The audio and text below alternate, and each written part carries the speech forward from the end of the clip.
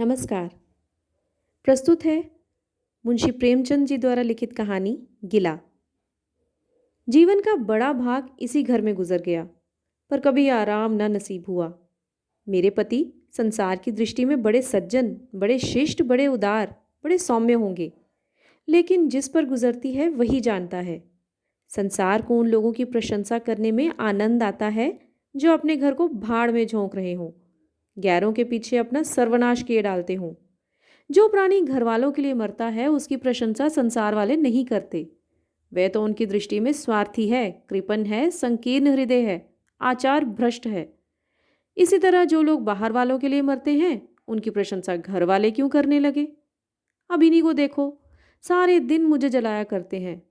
मैं पर्दा तो नहीं करती, लेकिन सौदे सुलभ के लिए बाजार जाना बुरा मालूम होता है। और इनका ये हाल है कि चीज़ मंगवाओ तो ऐसी दुकान से लाएंगे जहाँ कोई ग्राहक भूल कर भी ना जाता हो। ऐसी दुकान पर ना तो चीज़ अच्छी मिलती है, ना तौल ठीक होती है, और ना ही दाम उचित होते हैं। ये दोष ना होते तो वह दुकान बदनाम ही क्यों होती।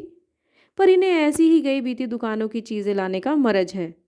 बार बार कह दिया साहब कि चलती हुई दुकान से सौदे लाया करो, वहाँ माल अधिक खपता है, इसलिए ताज़ा माल आता रहता है। पर इनकी तो टुटपुंजिया से ही बनती है और वे उन्हें उल्टे छुरे से मूंदते हैं। गेहूं लाएंगे तो सारे बाजार से खराब, घुना हुआ चावल, ऐसा मोटा कि बैल भी ना पूछे, दाल में कराई और कंकड़ भरे हुए, मनो लकड़ी जला डालो क्या मजाल की गले।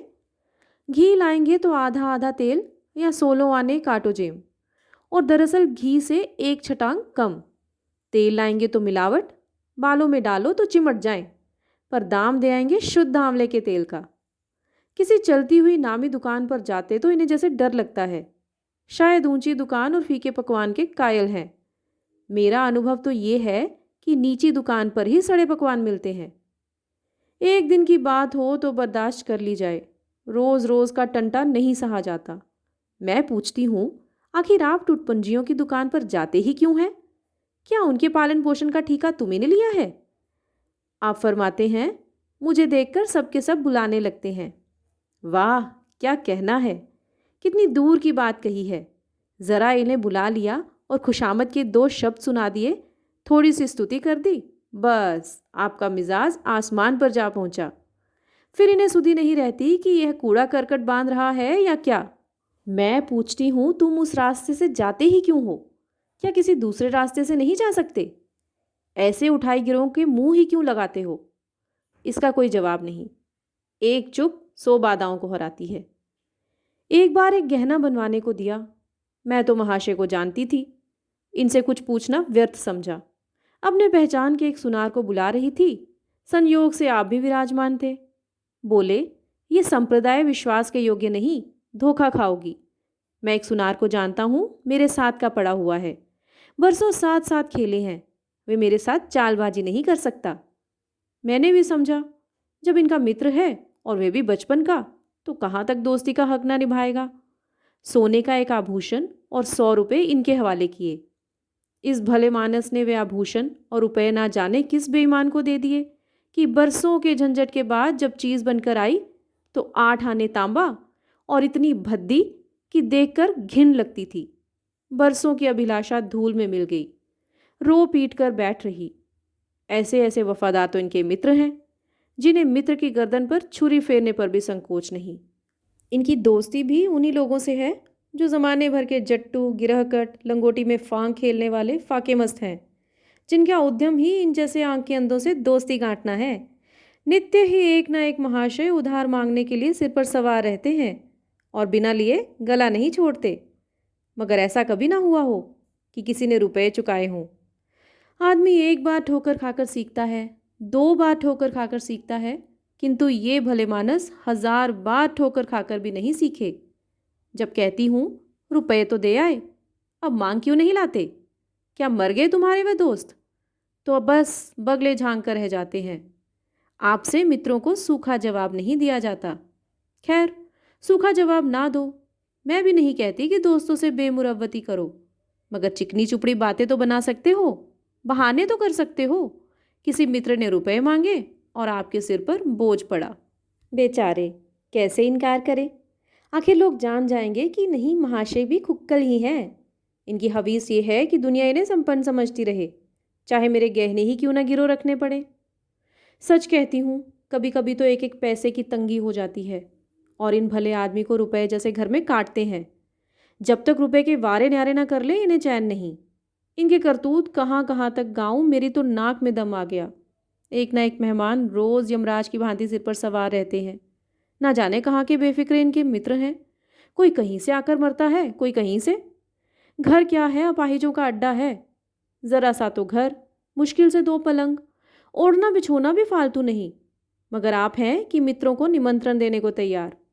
आप तो अतिथि के साथ लेटेंगे, इसलिए इन्हें चारपाई भी चाहिए, ओढ़ना बिछोना भी चाहिए, नहीं तो घर का पर्दा ना खुल जाए। बारी आती है मेरे बच्चों के सिर। गर्मियों में तो खैर कोई मुजायका नहीं, लेकिन जाड़ों में तो ईश्वर ही याद आते हैं। गर्मियों में भी खुली छत पर तो मेहमानों का अधिकार हो जाता है। अब मैं बच्चों को लिए पिंजड़े में पड़ी फड़फड़ाया करती हूँ। इन्हें इतनी समझ भी नहीं कि जब घर की ये दशा है तो क्यों ऐसे मेहमानों को बनाए जिनके पास कपड़े लत्ते तक नहीं। ईश्वर की दया से इनके सभी मित्र इसी श्रेणी के हैं। एक भी ऐसा माई का लाल नहीं जो समय पड़ने पर धेले से भी इनकी मदद कर सके। दो एक बार तो महाशय को इसका कटु अनुभव भी हो चुका है, मगर इस जड़ भरत ने जैसे आंखें ना खोलने की कसम खा ली है। ऐसे ही दरिद्र भट्टाचार्यों से इनकी पटती है। शहर में इतने लक्ष्मी के पुत्र हैं, पर आपका किसी से परिचय नहीं। उनके पास जाते जैसे इनकी आत्मा दुखती है। दोस्ती गांठेंगे ऐसों से जिनके घर में खाने का ठिकाना नहीं। एक बार हमारा कहार छोड़कर चला गया, और कई दिन कोई दूसरा कहार न मिला। किसी चतुर और कुशल कहार की तलाश में थी, किंतु आपको जल्द से जल्द कोई आदमी रख लेने की धुन सवार हो गई। घर के सारे काम पूर्ववत चल रहे थे, पर आपको मालूम हो रहा था कि गाड़ी रुकी हुई है। मेरा जूठे बर्तन मांजना और अपना साग भाजी के लिए बाजार जाना इनके लिए असह्य हो उठा। एक दिन जाने कहाँ से एक बांगड़ू को पकड़ लाए। उसकी सूरत कहे देती हूँ कि कोई जांगलू है, मगर आपने उसका ऐसा बखान किया कि क्या कहूँ। बड़ा होशियार है, बड़ा आज्ञाकारी, परले सिरे का मेहनती, गजब का सलीकेदार और बहुत ही ईमानदार। खैर, मैंने उसे रख लिया। मैं बार बार क्यों इनकी बातों में आ जाती हूँ, इसका मुझे स्वयं आश्चर्य है। यह आदमी केवल रूप से आदमी था, आदमियत के और कोई लक्षण उसमें न थे। किसी काम की तमीज नहीं। बेईमान न था, पर गधा अव्वल दर्जे का। बेईमान होता तो कम से कम इतनी तस्कीन तो होती कि खुद खा जाता है।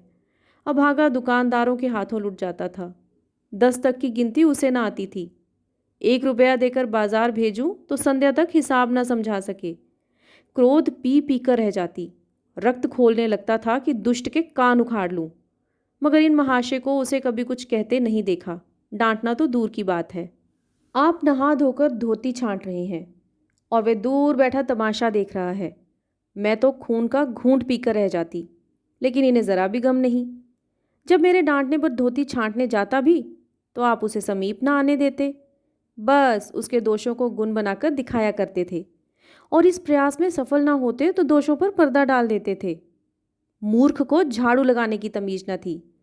मर्दाना कमरा ही तो सारे घर में ढंग का एक कमरा है। उसमें झाड़ू लगाता तो इधर की चीज़ उधर, ऊपर की नीचे, मानो कमरे में भूकंप आ गया हो, और गर्द का ये हाल कि सांस लेना कठिन। पर आप शांतिपूर्वक कमरे में बैठे हैं, जैसे कोई बात ही नहीं। एक दिन मैंने उसे खूब डांटा। कल से ठीक ठीक झाड़ू ना लगाई तो कान पकड़कर निकाल दूंगी। सवेरे सोकर उठी तो देखती हूँ कि कमरे में झाड़ू लगी हुई है और हर एक चीज़ करीने से रखी हुई है। गर्द गुबार का नाम नहीं। मैं चकित होकर देखने लगी तो आप हंसकर बोले, देखती क्या हो, आज घूरे ने बड़े सवेरे उठकर झाड़ू लगाई है। मैंने समझा दिया, तुम ढंग से तो बताती नहीं, उल्टे डांटने लगती हो। मैंने समझा, खैर दुष्ट ने कम से कम एक काम तो सलीके से किया। अब रोज़ कमरा साफ सुथरा मिलता। घूरे मेरी दृष्टि में विश्वासी बनने लगा। संयोग की बात, एक दिन मैं ज़रा मामूल से सवेरे उठ बैठी और कमरे में आई तो क्या देखती हूँ कि घूरे द्वार पर खड़ा है और आप तन मन से कमरे में झाड़ू लगा रहे हैं। मेरी आंखों में खून उतर आया। उनके हाथ से झाड़ू छीनकर घूरे के सिर जमा दी। हराम खोर को उसी दिन दम निकाल बाहर किया। आप फरमाने लगे, उसका महीना तो चुका दो। वाह हरी समझ, एक तो काम ना करे, उस पर आंखें दिखाए, उस पर पूरी मजूरी भी चुका दूं। मैंने एक कोड़ी भी न दी। एक कुर्ता दिया था, वह भी छीन लिया। इस पर जड़ भरत महाशय मुझसे कई दिन रूठे रहे, घर छोड़कर भाग जाते थे, बड़ी मुश्किल से रुके। ऐसे ऐसे भोंदू भी संसार में पड़े हुए हैं। मैं न होती तो शायद अब तक इन्हें किसी ने बाजार में बेच दिया होता। एक दिन मेहतर ने उतारे कपड़ों का सवाल किया। इस बेकारी के ज़माने में फालतू कपड़े तो शायद पुलिस वालों या रईसों के घर में हों। मेरे घर में तो ज़रूरी कपड़े भी काफ़ी नहीं। आपका वस्त्रालय एक बक्ची में आ जाएगा, जो डाक के पार्सल से कहीं भेजा जा सकता है। फिर इस साल जाड़ों के कपड़े बनवाने की नौबत ना आई। पैसे नज़र नहीं आते, कपड़े कहाँ से बने? मैंने मेहतर को साफ जवाब दे दिया। कड़ाके का जाड़ा पड़ रहा था, इसका अनुभव मुझे कम न था। गरीबों पर क्या बीत रही है, इसका मुझे भी ज्ञान था। लेकिन मेरे या आपके पास खेद के सिवा इसका और क्या इलाज है? जब तक समाज का ये संगठन रहेगा, ऐसी शिकायतें पैदा होती रहेंगी। जब एक एक अमीर और रईस के पास एक एक मालगाड़ी कपड़ों से भरी हुई है, तब फिर निर्धनों को क्यों ना नग्नता का कष्ट उठाना पड़े? खैर, मैंने तो मेहतर को जवाब दे दिया। आपने क्या किया? आपका कोट उठाकर उसको भेंट कर दिया। मेरी देह में आग लग गई। इतनी दानशील नहीं हूं कि दूसरों को खिलाकर आप सो रहूं। देवता के पास यही एक कोट था। आपको इसकी जरा भी चिंता ना हुई कि पहनेंगे क्या? यश के लोभ ने जैसे बुद्धि ही हर ली।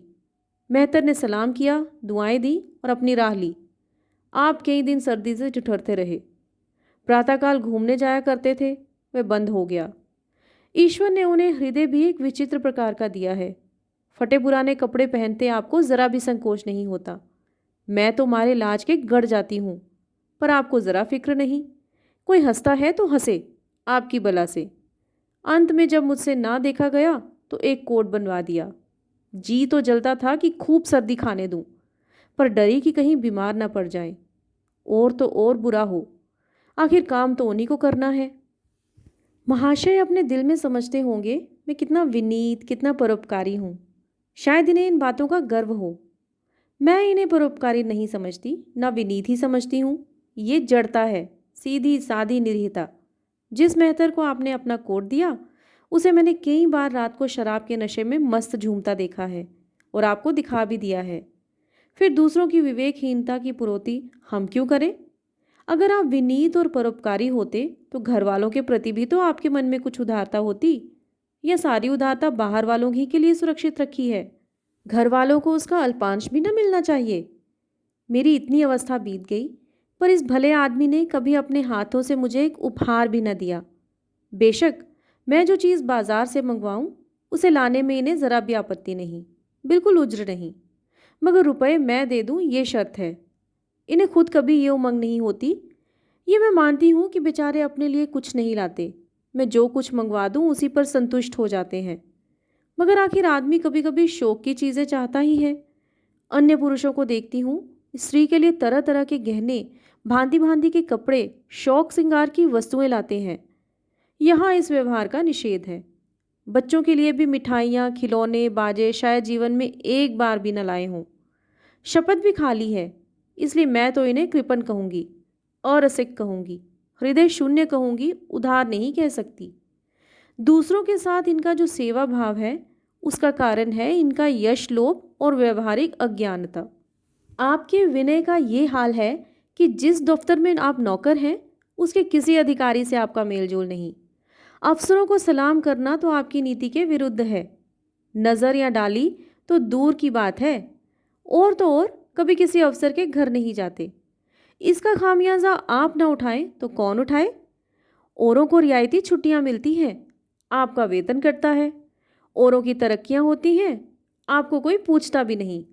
हाजिरी में 5 मिनट की भी देर हो जाए तो आपको जवाब पूछा जाता है। बेचारे जी तोड़कर काम करते हैं, कोई बड़ा कठिन काम आ जाता है तो इन्हीं के सर मड़ा जाता है। इन्हें ज़रा भी आपत्ति नहीं। दफ्तर में इन्हें घिस्सू, पिस्सू आदि उपाधियां मिली हुई हैं, मगर पड़ाव कितना भी बड़ा मारे, इनके भाग्य में वही सूखी घास लिखी है। ये विनय नहीं, स्वाधीन मनोवृत्ति भी नहीं है। मैं तो इसे समय चातुरी का अभाव कहती हूँ। व्यवहारिक ज्ञान की क्षति कहती हूँ। आखिर कोई अफसर आपसे क्यों प्रसन्न हो? इसलिए कि आप बड़े मेहनती हैं। दुनिया का काम मुरव्वत और रवादारी से चलता है। अगर हम किसी से खिंचे रहें तो कोई कारण नहीं कि वह भी हमसे खिंचा ना रहे। फिर जब मन में क्षोभ होता है तो वे दफ्तरी व्यवहारों में भी प्रकट ही हो जाता है। जो मातहत अफसर को प्रसन्न रखने की चेष्टा करता है, जिसकी जात से अफसर का कोई व्यक्तिगत उपकार होता है, जिस पर वह विश्वास कर सकता है, उसका लिहाज वह स्वभावतः करता है। ऐसे सिरागियों से क्यों किसी को सहानुभूति होने लगी? अफसर भी तो मनुष्य हैं। उसके हृदय में जो सम्मान और विशिष्टता की कामना है, वह कहाँ पूरी हो? जब अधीनस्थ कर्मचारी ही उससे फिरंट रहे तो क्या उसके अफसर उसे सलाम करने आएंगे? आपने जहाँ नौकरी की वहाँ से निकाले गए। कभी किसी दफ्तर में 2-3 साल से ज़्यादा ना टिके। या तो अफसर से लड़ गए या कार्याधिक्य के कारण छोड़ बैठे। आपको कुटुंब सेवा का दावा है। आपके कई भाई भतीजे हैं। वे कभी इनकी बात भी नहीं पूछते, पर आप बराबर उनका मुंह ताकते रहते हैं। इनके एक भाई साहब आजकल तहसीलदार हैं। घर की मिल्कियत उन्हीं की निगरानी में है। वे ठाठ से रहते हैं, मोटर रख ली है, कई नौकर चाकर हैं, मगर यहाँ भूले से भी पत्र नहीं लिखते। एक बार हमें रुपए की बड़ी तंगी हुई। मैंने कहा, अपने भ्राता जी से क्यों नहीं मांग लेते? कहने लगे, उन्हें क्यों चिंता में डालूं? उन्हें भी तो अपना खर्च है। कौन सी ऐसी बचत हो जाती होगी? जब मैंने बहुत मजबूर किया तो आपने पत्र लिखा। मालूम नहीं पत्र में क्या लिखा। पत्र लिखा भी या मुझे चकमा दे दिया। रुपए ना आने थे, ना आए। कई दिनों बाद मैंने पूछा, कुछ जवाब आया श्रीमान के भाई साहब के दरबार से? आपने रुष्ट होकर कहा, अभी केवल 1 सप्ताह तो खत पहुँचे हुए, अभी क्या जवाब आ सकता है? 1 सप्ताह और गुजरा, मगर जवाब नदारद। अब आपका ये हाल कि मुझे कुछ बातचीत करने का अवसर ही नहीं देते। इतने प्रसन्नचित नजर आते हैं कि क्या कहूँ। बाहर से आते हैं तो खुश खुश, कोई ना कोई शगुफा लिए हुए। मेरी खुशामद भी खूब हो रही है। मेरे मैके वालों की प्रशंसा भी हो रही है। मेरे गृह प्रबंध का बखान भी असाधारण रीति से किया जा रहा है। मैं इस महाशय की चाल समझ रही थी। ये सारी दिलजोई केवल इसलिए थी कि श्रीमान के भाई साहब के विषय में कुछ पूछ न बैठूं। सारे राजनीतिक, आर्थिक, सामाजिक, आचारिक प्रश्नों की मुझसे व्याख्या की जाती थी, इतने विस्तार और गवेषणा के साथ कि विशेषज्ञ भी लोहा मान ले, केवल इसलिए कि मुझे वे प्रसंग उठाने का अवसर न मिले। लेकिन मैं भला कब चूकने वाली थी? जब पूरे 2 सप्ताह गुजर गए और बीमे के रुपए भेजने की तिथि मौत की तरह सिर पर सवार हो गई तो मैंने पूछा, क्या हुआ? तुम्हारे भाई साहब ने श्रीमुख से कुछ फरमाया या अभी तक पत्र नहीं पहुंचा? आखिर घर की जायदाद में हमारा भी कुछ हिस्सा है या नहीं? या हम किसी लोंडी दासी की संतान हैं? 500 रुपये साल का नफा तो 10 साल पहले था, अब तो 1,000 से कम ना होगा। पर हमें कभी एक कानी कौड़ी भी नहीं भेजी। मोटे हिसाब से हमें 2,000 मिलना चाहिए। 2,000 ना हो, 1,000 हो, 500 हो, 250 हो, कुछ ना हो तो बीमा के प्रीमियम भर के तो हो। तहसीलदार साहब की आमदनी हमारी आमदनी की चौगुनी है। रिश्वतें भी लेते हैं, तो फिर हमारा रुपया क्यों नहीं देते? आप हे हाँ हाँ करने लगे। कहने लगे, वे बेचारे घर की मरम्मत करवाते हैं, बंधु बांधवों का स्वागत सत्कार करते हैं, नातेदारियों में भेंट भांट भेजते हैं, और कहाँ से लावें जो हमारे पास भेजें। वाह हरी बुद्धि! मानो जायदाद इसलिए होती है कि उसकी कमाई उसी में खर्च हो जाए। इस भले आदमी को बहाने गढ़ने भी नहीं आते। मुझसे पूछते, मैं एक नहीं 1,000 बता देती, एक से बढ़कर एक कह देती घर में आग लग गई, सब कुछ स्वाहा हो गया था, या चोरी हो गई, तिनका तक न बचा, या 10,000 का अनाज भरा था उसमें घाटा हो गया, या किसी से फौजदारी हो गई उसमें दिवाला पिट गया। आपको सूझी भी तो लचर सी बात। तकदीर ठोंक कर बैठ रही। पड़ोस की एक महिला से रुपए कर्ज लिए, तब जाकर काम चला। फिर भी आप भाई भतीजों की तारीफ के पुल बांधते हैं तो मेरे शरीर में आग लग जाती है। ऐसे कौरवों से ईश्वर बचाए। ईश्वर की दया से आपके 2 बच्चे हैं, 2 बच्चियां भी हैं। ईश्वर की दया कहूँ या कोप कहूँ, सब के सब उद्यमी हो गए हैं खुदा की पनाह। मगर क्या मजाल है कि ये भोंदू किसी को कड़ी आंखों से देखे। रात के 8 बज गए हैं, युवराज अभी घूम कर नहीं आए। मैं घबरा रही हूँ, आप निश्चिंत बैठे अखबार पढ़ रहे हैं। झल्लाई हुई जाती हूँ और अखबार छीनकर कहती हूँ, जाकर ज़रा देखते क्यों नहीं, लौंडा कहाँ रह गया। न जाने तुम्हारा हृदय कितना कठोर है। ईश्वर ने तुम्हें संतान ही न जाने क्यों दे दी। पिता का पुत्र के साथ कुछ तो धर्म है। तब आप भी गर्म हो जाते हैं। अभी तक नहीं आया, बड़ा शैतान है। आज आएगा तो कान उखाड़ लूँगा, मारे हंटरों के खाल उधेड़ कर रख दूंगा। यों बिगड़कर तैश के साथ आप उसे खोजने निकलते हैं। संयोग की बात, आप उधर जाते हैं, इधर लड़का आ जाता है। मैं पूछती हूँ, तू किधर से आ गया, तुझे वे ढूंढने गए हुए हैं।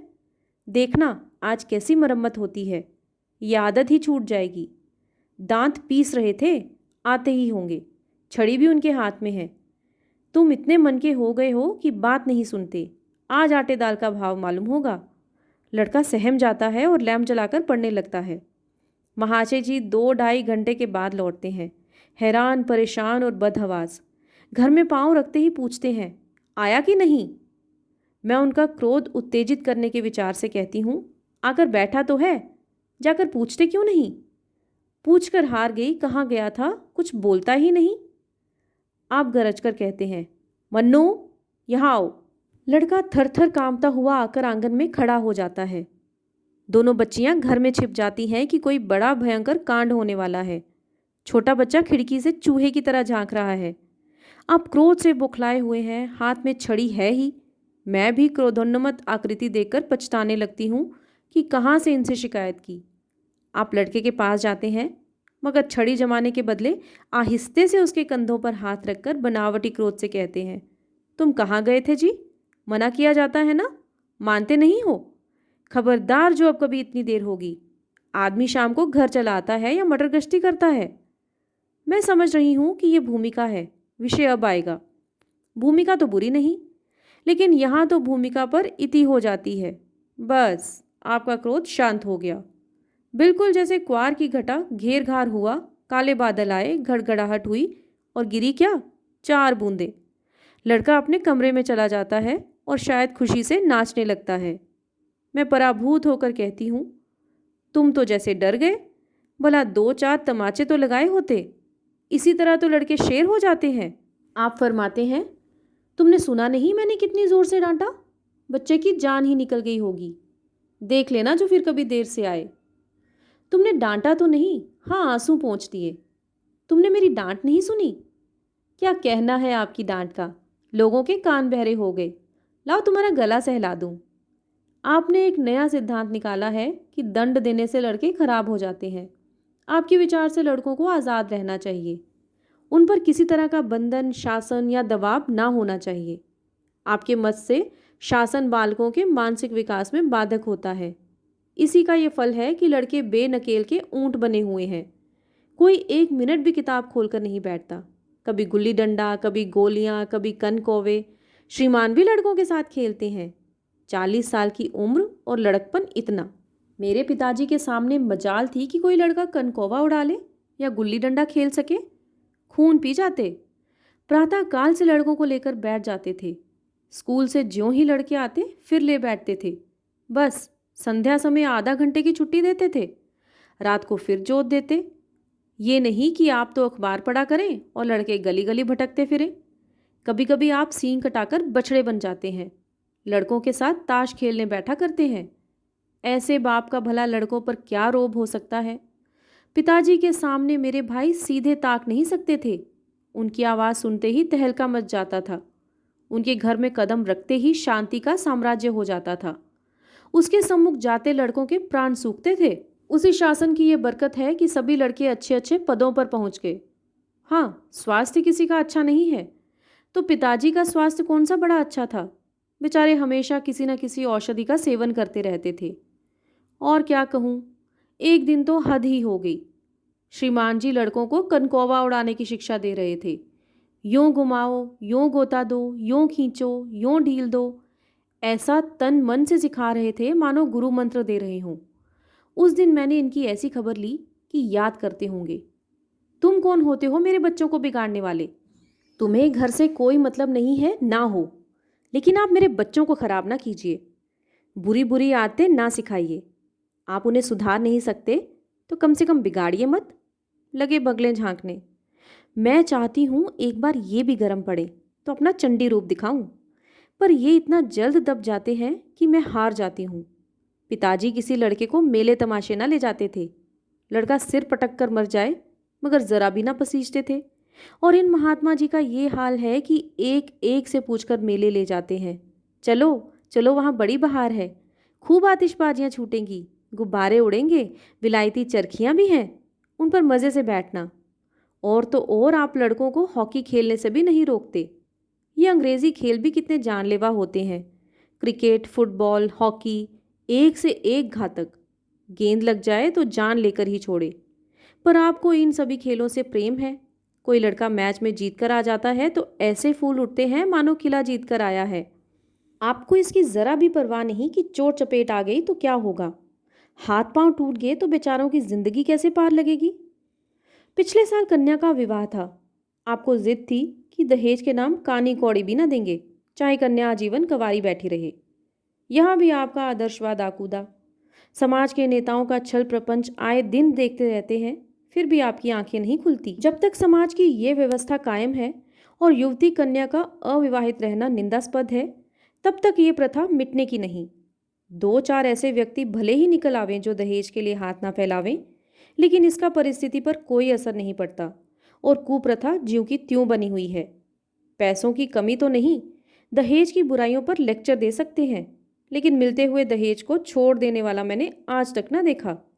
जब लड़कों की तरह लड़कियों की शिक्षा और जीविका की सुविधाएं निकल आएंगी तो ये प्रथा भी विदा हो जाएगी।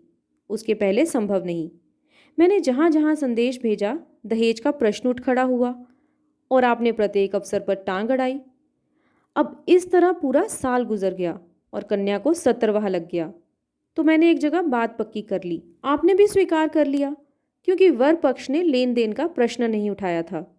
हालांकि अंतकरण में उन लोगों को पूरा विश्वास था कि अच्छी रकम मिलेगी, और मैंने भी तय कर लिया था कि यथाशक्ति कोई बात उठा न रखूंगी। विवाह के सकुशल होने में कोई संदेह न था, लेकिन इन महाशय के आगे मेरी एक न चली। ये प्रथा निंद्य है, ये रस्म निरर्थक है, यहाँ रुपए की क्या ज़रूरत, यहाँ गीतों का क्या काम है। नाक में दम था। ये क्यों, वह क्यों, ये तो साफ दहेज है, तुमने मेरे मुंह में कालिख लगा दी, मेरी आबरू मिटा दी। ज़रा सोचिए इस परिस्थिति को कि बारात द्वार पर पड़ी हुई है और यहाँ बात बात पर शास्त्रार्थ हो रहा है। विवाह का मुहूर्त आधी रात का था। प्रथानुसार मैंने व्रत रखा, किंतु आपकी टेक थी कि व्रत की कोई ज़रूरत नहीं। जब लड़के के माता पिता व्रत नहीं रखते, जब लड़का व्रत नहीं रखता, तो कन्या पक्ष वाले ही व्रत क्यों रखें।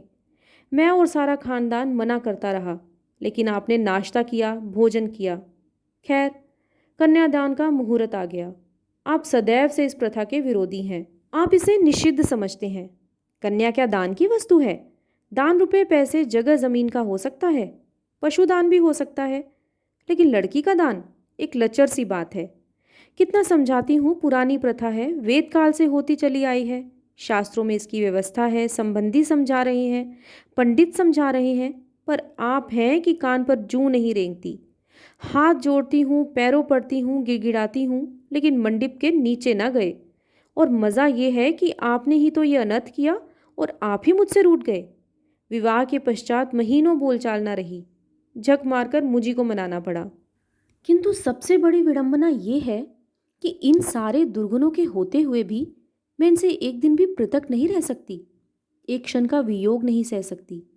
इन सारे दोषों पर भी मुझे इनसे प्रगाढ़ प्रेम है। इनमें ये कौन सा गुण है जिस पर मैं मुग्ध हूँ, मैं खुद नहीं जानती। पर इनमें कोई बात ऐसी है जो मुझे इनकी चेली बनाए हुए है। वे ज़रा मामूली सा देर पे घर आते हैं तो सांस रुक जाती है। आज यदि विधाता इनके बदले मुझे कोई विद्या और बुद्धि का पुतला, रूप और धन का देवता भी दें, तो मैं उसकी ओर आंख उठाकर भी ना देखूं। ये धर्म की बेड़ी नहीं है, कदापि नहीं। प्रथागत पतिव्रत भी नहीं, बल्कि हम दोनों की प्रकृति में कुछ ऐसी क्षमताएं, कुछ व्यवस्थाएं उत्पन्न हो गई हैं, मानो किसी मशीन के कल पुर्जे घिस घिसाकर फिट हो गए हों और एक पुर्जे की जगह दूसरा पुर्जा काम ना दे सके, चाहे वह पहले से कितना ही सुडौल हो, नया और सुदृढ़ ही क्यों ना हो जाए। जाने हुए रास्ते से हम निशंक आंखें बंद किए जाते हैं। उसके ऊंच नीच, मोड़ और घुमाव सब हमारी आंखों में समाये हुए हैं। अनजान रास्ते पर चलना कितना कष्टप्रद होता है। शायद आज मैं इनके दोषों को गुणों में बदलने पर भी तैयार न होंगी। धन्यवाद। तो ये थी हर स्त्री के मन की विडंबना। अगर आपको ये कहानी पसंद आई तो इस कहानी को शेयर कीजिएगा और मेरे चैनल को सब्सक्राइब अवश्य कीजिएगा।